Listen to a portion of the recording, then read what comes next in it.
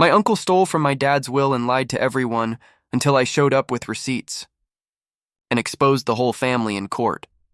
I'm a 27-year-old guy who just buried my dad, and the dirt under my nails still smells like fresh rain and motor oil. The church felt too small for his silence. Pews packed with customers who knew him as the man who could nurse an engine back from the dead. I kept seeing his hands in my head, scar on the knuckle from a stubborn alternator, grease in the lines of his palm like a map. We're a small-town, blue-collar family, and the shop he built, Jackson Auto, was the only place that ever felt like ours.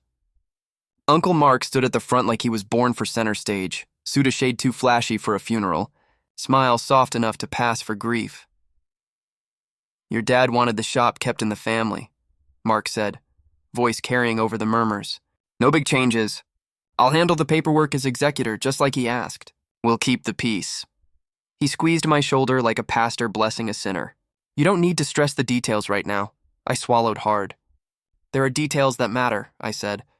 "Where's the will? Who are the witnesses?" He chuckled, a little puff of cologne and mint. "Don't be morbid, kid. Today's about your father." Then to the crowd, "He trusted me." Dad did trust him. Older brother, golden smile, endless promises. I didn't. Mark loves shortcuts, loves a crowded room, loves the applause he thinks he deserves.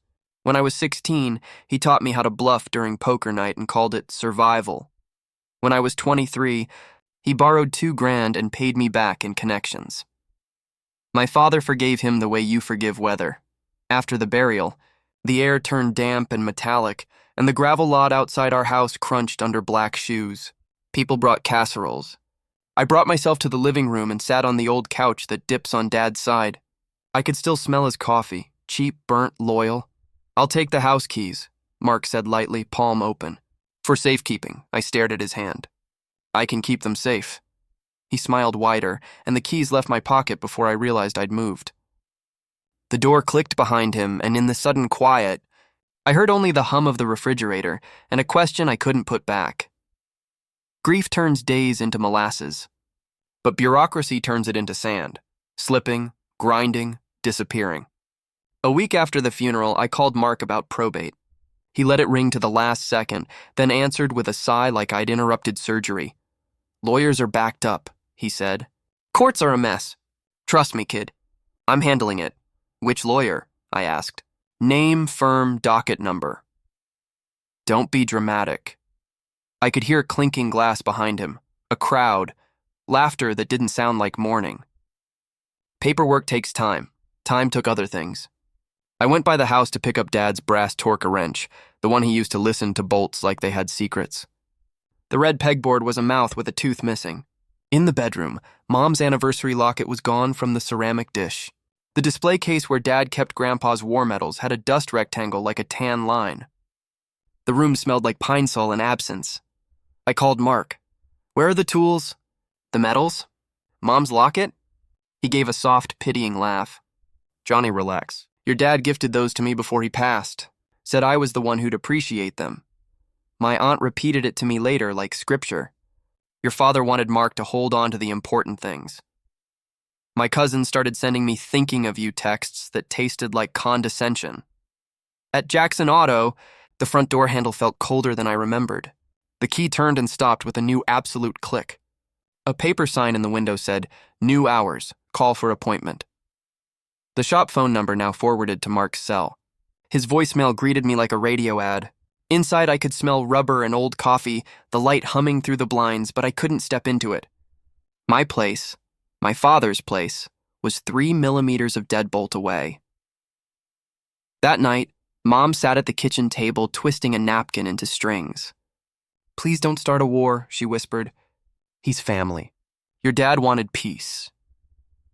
I looked at her hands, same knuckle scar as Dad from a slipped wrench years ago, and felt something slide out of place inside me. The family group chat lit up with a new name, Keeping the Peace. I watched as my messages stopped turning blue. Tomorrow, I decided I'd stop asking nicely.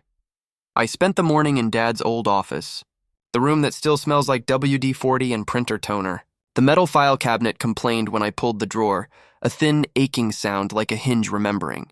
Inside, envelopes, titles. A manila folder labeled in Dad's block handwriting, Will, 2019, plus notes. My chest tightened the way it does before a storm. The pages felt heavier than paper should. The 2019 draft was clear. Controlling interest in Jackson Auto to me. A college fund for my sister. Modest gifts to Mark and Aunt Linda. 2 witnesses from the Rotary. Both men I'd known since I was a kid handing out raffle tickets. It looked like Dad. Clean margins, sticky notes with square bullets, the kind of order he believed could hold a family together. When I finally cornered Mark, he showed up with a grin and a glossy binder. Dad updated it last year, he said, laying it down like a magician placing a deck. New will, cleaner. I'm executor and trustee to manage everything. Simplifies things for everyone. I flipped to the signature page. My father's name stared back in a loop that didn't sit right. Dad's J usually hooked like a fishing barb. This one swam straight and lazy. The witnesses were 2 of Mark's bar buddies, men whose memories seemed to get better with beer. The notary stamp looked smudged, the date a shade lighter like it had been coaxed into place. This doesn't look like Dad's, I said, voice drying out in my throat. Mark laughed softly. You were barely around the last year, remember? He leaned on me. He leaned on structure, I said. Names, dates, ledgers, that's who he was. He closed the binder with a clap. Then trust the structure. Back home, I spread both wills on the kitchen table under the buzzing light. I took photos of everything, signatures, witness names, notary seal, my hands shaking so badly the edges blurred. I traced Dad's J on the older will with my finger, then on the new one, and felt the difference like splinters under skin. Mom knocked lightly and asked if I was okay. I lied and said yes while the refrigerator hummed and the house settled around me. I opened a fresh notebook, wrote the date, and underlined one word 3 times, receipts. Then I circled the witnesses' names and picked up my phone. It started like whispers, soft, almost accidental. An old family friend pulled me aside after church. Heard you're not handling the grief too well, she said gently. Mark says you've been spiraling. Her eyes were kind, but her words sliced deep. I blinked. I'm not spiraling. I'm asking questions. She nodded like that proved the point. That night, I opened Facebook to find a vague post from my cousin. Prayers for family members who can't accept loss and are lashing out. Sometimes love means letting go. 27 likes. Half from people who'd hugged me at the funeral. My phone buzzed. It was Aunt Linda. Honey, I know you're hurting, she began, that practiced softness in her voice. But Mark's just trying to protect your father's legacy. You're making this harder for everyone. I gripped the phone tighter. He forged a will, Linda, she gasped like I'd slapped her. How dare you accuse your uncle? He was by your dad's side every day while you were off doing your own thing. That's when I realized this wasn't confusion. It was a campaign. Mark wasn't just blocking me from the business or the will, he was burning the bridges behind me. Turning family into mirrors that reflected back everything he said I was. Angry, jealous, unstable. The more I resisted, the more it fed the story. At night, I replayed old voicemails from Dad. His voice was always steady. Always a plan. Keep the receipts, son, he once said after I caught a supplier overcharging us. Paper doesn't lie, so I did. I printed call logs, pulled text messages, saved every email. I made a spreadsheet, time-stamped. I called both witnesses listed on the new will. One hung up after I said Dad's name. The other muttered, Man, I don't want to get dragged into anything, then blocked me. The gaslight was turning full flame. People stopped making eye contact. Invitations stopped coming. Even Mom started saying things like, maybe Mark's just better at handling these things. I smiled through clenched teeth and wrote down everything. If Mark wanted a war of stories, I'd fight with facts, and I hadn't even started digging yet. I didn't expect the hospice nurse to remember anything. It had been almost 6 months since Dad passed, and I figured the dozens of patients she'd cared for would have blurred together. But when I mentioned his name, her voice softened. Mr. Jackson? Quiet guy. Always thanked us even when he could barely speak. I asked if she remembered any visitors besides me and Mark. She paused. There was a notary, I think. Middle-aged guy? Mark brought him in. Said your dad wanted to update his documents, but your dad wasn't doing too well that week. Honestly, I was surprised he could even sign his name. My throat went dry. Do you remember what day that was? She checked her notes. February 14th. I wrote it down. That wasn't the date listed on the will. That was 3 days after the supposed signing. Something was off. Way off. I went to Dad's bank next, the one with the chipped marble counter and the smell of old paper. I didn't expect much. Mark had been named on the estate, and I figured I'd get stonewalled.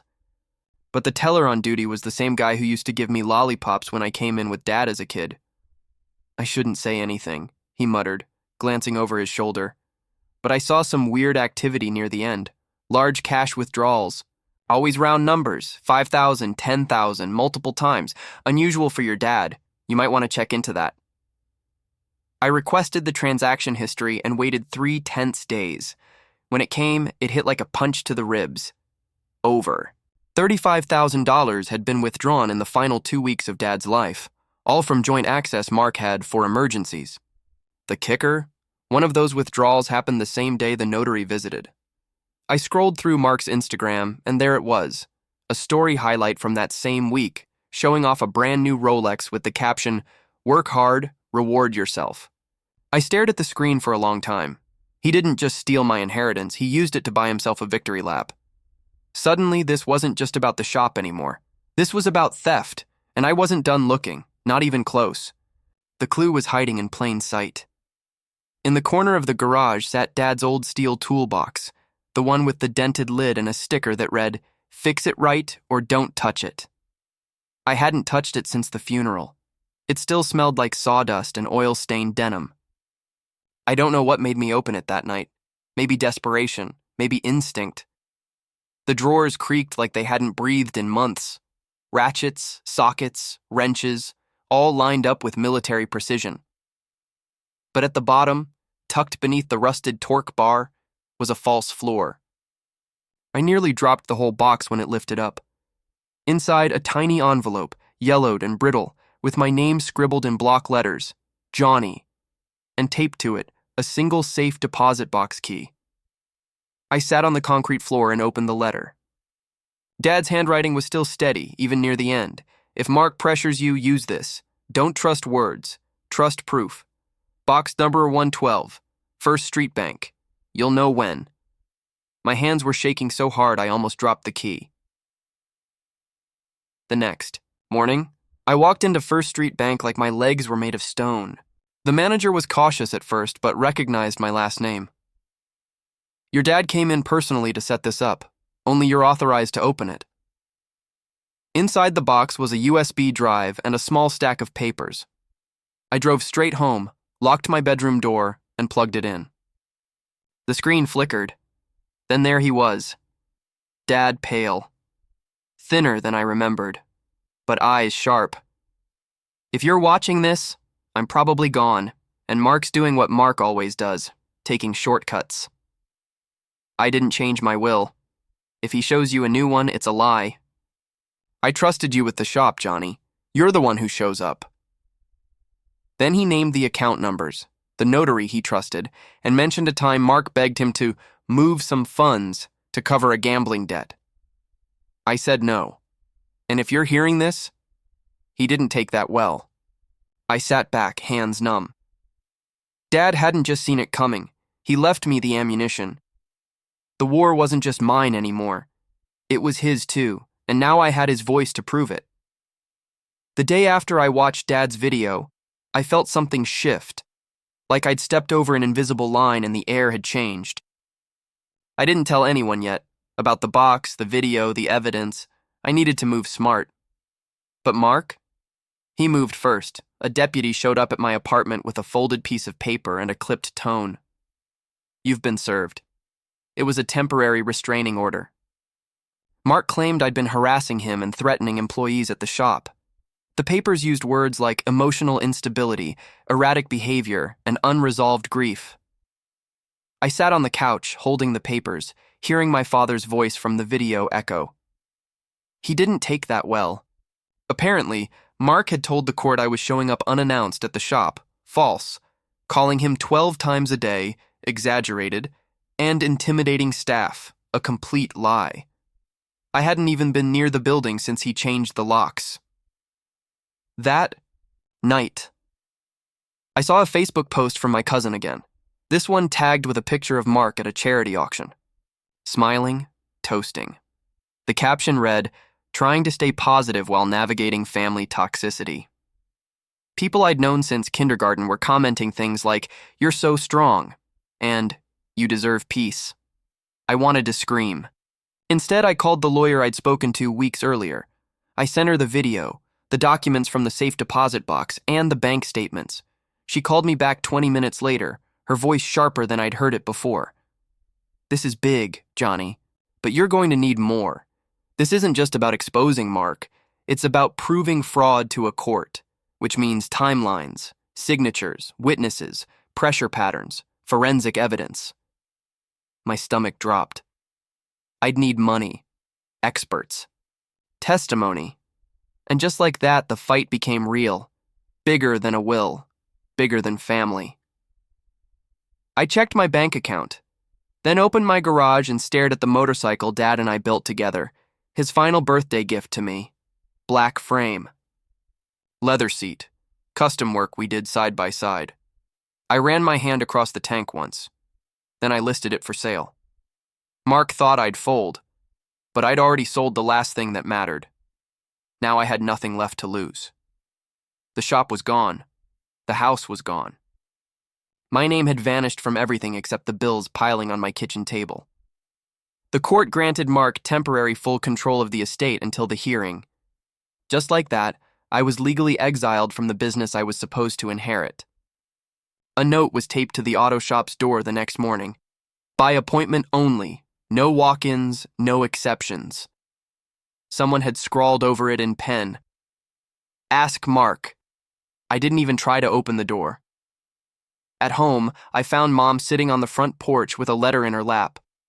It was a notice from Mark's lawyer, stating that personal property and workspaces must be consolidated for accounting purposes, which translated to, get your things out. She'd worked out of Dad's home office for years, paying bills, organizing invoices, keeping the books. Now she was being cleared out like clutter. She looked up at me with red eyes. I didn't think he'd go this far. He's not done, I said. He's just getting comfortable. That night, my girlfriend packed a bag. She didn't say much. Just stood by the door with her arms crossed, breathing heavy. "I'm not walking into courtrooms with you," she finally said. "This isn't the life I signed up for." "It's not a life," I snapped. "It's a war I didn't start." She nodded. "Exactly." The door clicked shut behind her, and it didn't feel like just her leaving. It felt like gravity shifting, like the last piece holding me up had let go. I moved in with an old friend who had a half-finished basement. No windows, a sagging futon. I kept the safe deposit box key around my neck like a dog tag, nights blurred into documents and receipts, audio transcriptions, scribbled timelines. I ate ramen and drank too much coffee. The notebook I started now had over 80 pages of handwritten notes. Every lie, every timestamp, every coincidence that wasn't. I remember staring at the ceiling one night, listening to water drip through a crack in the pipes. I felt empty. Not angry. Just hollow. Then I opened my laptop and typed one sentence at the top of a blank legal brief. This is what happens when trust is treated like a weapon. And I kept typing. If Mark was going to turn this into a war of paperwork, I'd make sure my stack was taller. My lawyer, Cynthia, introduced me to a forensic document examiner, a woman in her 60s with surgical eyes and a ruler-straight tone. She laid both wills on the table like crime scenes and got to work. "Pressure patterns are off," she muttered, pointing at the forged signature. "Look here. Your dad usually has firm downstrokes. This one hesitates, starts strong, finishes weak. Like someone tracing." She looked at me. "It's not a match." Next up, the notary's logbook. Cynthia filed a subpoena, and within a week we had a scanned copy of the original entry. It listed the notary as present at Mark's house, not the hospice center. Wrong address, wrong context. The date was the same one the nurse said Dad was sedated. Worse, the entry had a faint erasure beneath it, like a previous line had been scrubbed and rewritten. "That's called alteration," Cynthia said. "It's not just shady, it's illegal." Meanwhile, I dug deeper into Dad's phone records. The call log showed Mark had called both will witnesses within 6 minutes of each other, on the same day from Dad's driveway. I matched the GPS ping with my own call logs and photos. He was there. But the nurse had documented Dad was heavily medicated and nonverbal that morning. It didn't stop there. Bank statements showed 5 withdrawals totaling over $35,000 in a 10-day span. 3 of them matched cash ATM locations at a local casino. I cross-referenced timestamps with Mark's Instagram posts, where he bragged about winning hands and expensive scotch. I started creating a court packet with labeled tabs: Exhibit A, Original Will, 2019, Exhibit B, Forensic Handwriting Analysis, Exhibit C, Notary's Logbook Exhibit, D, Hospice Nurse's Statement Exhibit, E, Bank Withdrawals and Casino Footage Exhibit, F, Dad's Video Testimony. Every night I read through them like scripture. This wasn't just about inheritance anymore. This was about truth, the kind that couldn't be buried under a charming smile and forged signature. And finally, for the first time, I could feel the tide starting to shift. But the storm hadn't hit yet. That was still coming. The courtroom smelled like dust, recycled air, and cold coffee. It didn't feel like justice. It felt like waiting for a train wreck you saw coming in slow motion. I sat behind my lawyer, palms damp, documents in a neat folder that had taken months to build. Mark sat 2 rows over in a crisp gray suit, leaning back like he was waiting for a lunch order. Smiling. Always smiling. When the judge called us forward, Mark's attorney went first. Her tone was smooth, rehearsed, weaponized politeness. "This is simply a case of a grieving son unable to process loss," she said. "My client, Mark Jackson, stepped up to manage a chaotic estate with no ill intent. Yes, there were 2 wills, but only one was current, signed, and notarized. Everything was by the book." She gestured toward me like I was a problem child, not a man with his father's voice on a flash drive. Then it was our turn. Cynthia started calm and precise. Exhibit by exhibit, signature comparisons, the notary log showing the wrong address, the nurse's sworn statement that Dad was sedated the day of the signing, the forged witness entries, the forensic expert's declaration, but nothing hit harder than the video. The lights dimmed slightly as Cynthia clicked play. My father's face filled the screen. Frail, pale, but unmistakably clear-eyed. "If you're watching this, I'm gone. And if Mark gave you a new will, it's fake. I never changed a thing. Johnny is the one who's supposed to take over.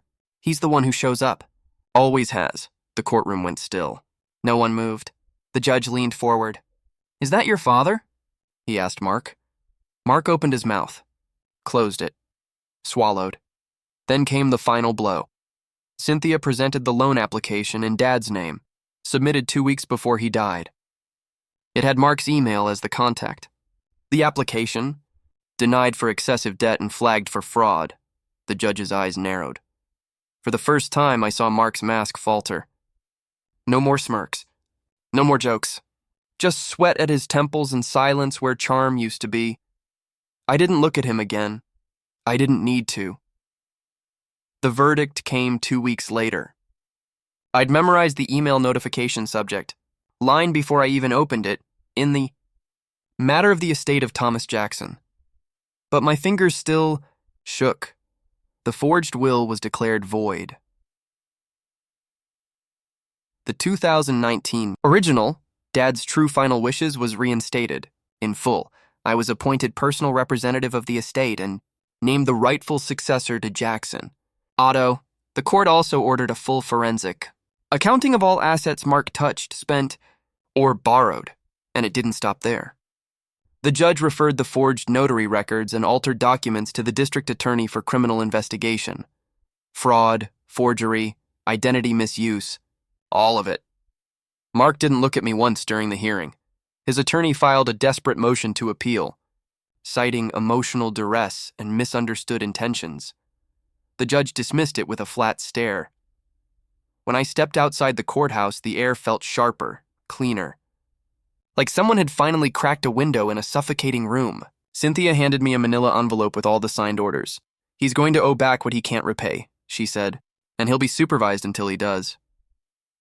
Back at the shop, I used the original keys, the ones Dad gave me when I turned 18. I hadn't held them in months. They still had the old Jackson Auto keychain, black rubber, worn smooth. I stood in the center of the garage with the lights off for a moment, just listening.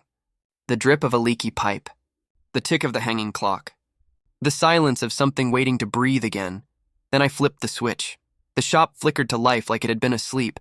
Not stolen. We sold Mark's Rolex, his golf membership, and a stash of collectibles he'd tried to claim were sentimental to repay the estate. Publicly, legally, with receipts attached to every dollar. Apologies trickled in. Quiet ones. From cousins, aunts, even old neighbors. They'd believed him. Or they hadn't cared enough not to, but I wasn't angry anymore. I was done needing their belief. I had the truth. And now I had my father's legacy intact. I reopened the shop 2 weeks after the final ruling. No ribbon cutting. No social media post. Just me unlocking the door at 6:47 a.m., the exact time Dad used to. I flipped the sign to open and brewed the worst pot of coffee imaginable, just like he used to. Bitter, burnt, familiar. Mom moved back into the house after I cleaned it up and replaced the locks. She never said much about what happened, but she started keeping fresh flowers in the kitchen again, like she used to when Dad was still around. We didn't talk about Mark. We didn't need to. The silence said enough. I found Dad's old mug, best damn mechanic, behind a stack of parts catalogs. I washed it, set it on the shop counter, and left it there even though I don't drink from it. It's not for me. With the funds recovered from Mark's theft, I set up a small scholarship fund for local trade school students, something Dad always talked about but never had the chance to do. We called it the Jackson Hands-On Fund. First recipient was a 19-year-old kid named Diego, who reminded me of myself at that age. Quiet, stubborn, always asking questions no one had the patience to answer. Mark pled out to avoid jail time. He got probation, community service, and was ordered to repay what he couldn't return through labor credits and asset forfeiture. Every quarter, he sends a court-mandated payment to the estate. I get the deposit notices. I don't open them anymore. I didn't go to the family reunion that year. I didn't return my aunt's apology voicemail, but I did visit Dad's grave. I stood there in the late afternoon, the breeze cutting through the quiet. I didn't say much, just placed a receipt, one of the originals from my binder, beneath a small stone. Not out of spite, out of memory. Don't trust words, I said softly. Trust proof. You were right.